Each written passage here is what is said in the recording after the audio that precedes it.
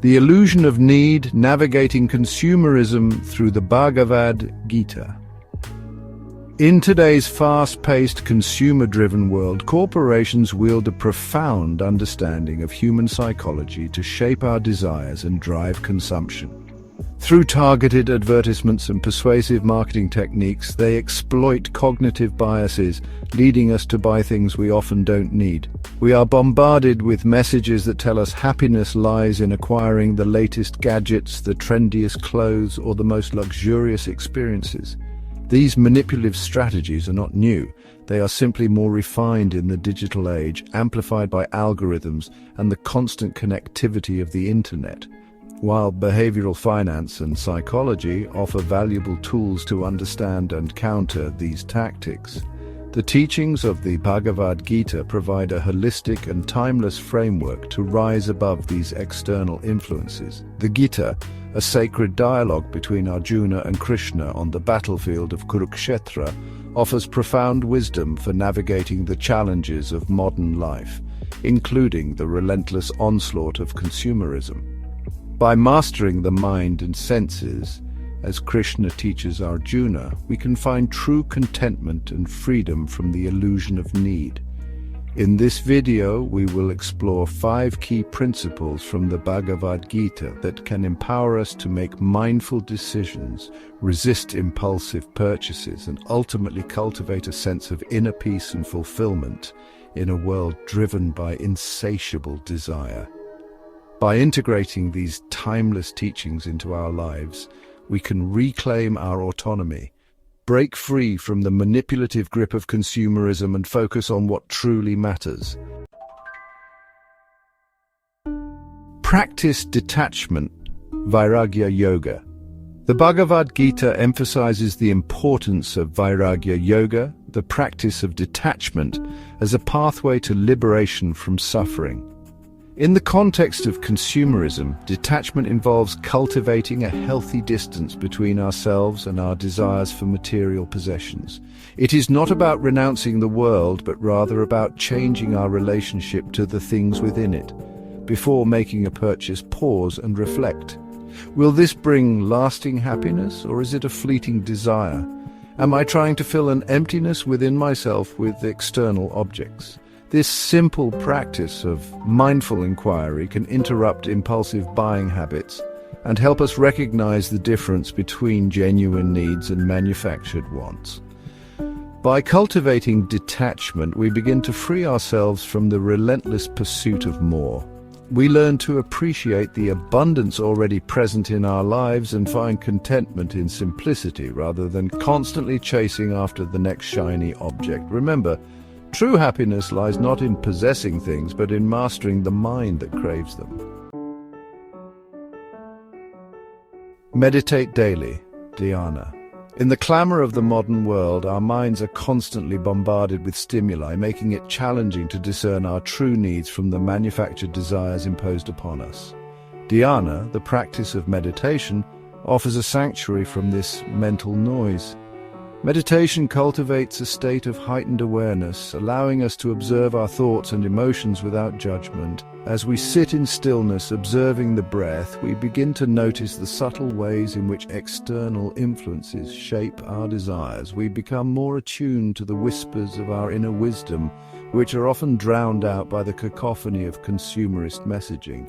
Even 5 minutes of daily meditation can significantly strengthen your decision-making ability.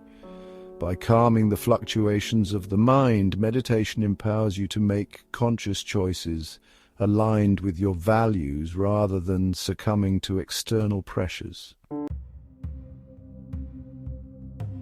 The Bhagavad Gita teaches us that true wealth lies not in accumulating possessions, but in mastering the mind.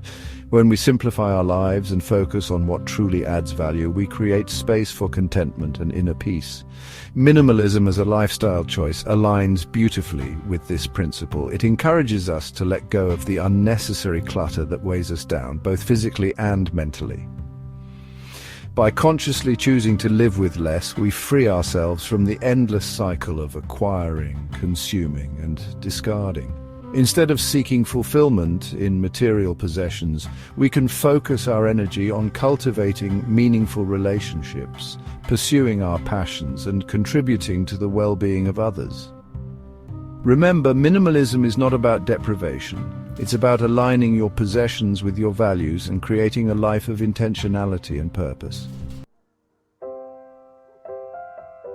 The Bhagavad Gita speaks of viveka, the power of discrimination, as an essential quality for spiritual growth and navigating the complexities of life. In the context of consumerism, discrimination involves developing the ability to distinguish between genuine needs and artificial wants. When we cultivate viveka, we begin to question the messages that bombard us daily. We ask ourselves, does this product align with my values? Will it truly enhance my life, or am I being swayed by clever marketing tactics? What is the long-term impact of my choices, both on myself and the planet? This process of mindful reflection, guided by viveka, empowers us to make conscious decisions that are in alignment with our highest good. We learn to recognize and resist manipulative marketing techniques that prey on our insecurities, aspirations, and desires. The Bhagavad Gita teaches that each of us has a unique dharma, a purpose-driven path that unfolds throughout our lives. When we align our actions with our svadharma, our true calling, we tap into a deep wellspring of meaning and fulfillment. We discover that true happiness lies not in acquiring more, but in contributing our unique gifts to the world. When we live with purpose, distractions lose their appeal. The allure of consumerism fades as we focus our energy on goals that resonate with our deepest values. We find joy in the process of creating, contributing, and making a positive impact. The pursuit of material possessions no longer holds the same sway over us because we have found something far more fulfilling, a life of meaning and purpose. Remember, the Bhagavad Gita reminds us that we are not defined by what we own, but by what we contribute. By aligning our actions with our svadharma, we transcend the limitations of our ego-driven desires and tap into a boundless source of fulfillment and joy. Modern psychology and behavioral finance provide valuable tools to recognize corporate manipulation, but true mastery comes from within. The Bhagavad Gita offers timeless wisdom to transcend external influences by cultivating self-awareness, detachment, and purpose-driven living. In a world where corporations constantly compete for our attention and wallets, the teachings of Sri Krishna remind us of a profound truth.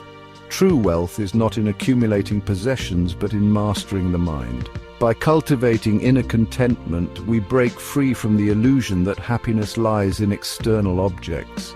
By integrating these teachings into our lives, we can reclaim our autonomy, make mindful decisions, and focus on what truly matters. We can move through the world with greater awareness, choosing experiences and relationships that nourish our souls rather than feeding the insatiable hunger of consumerism. May we all find the strength and wisdom to navigate the challenges of our time and create a world where true wealth, inner peace, meaningful connections, and a life of purpose prevails.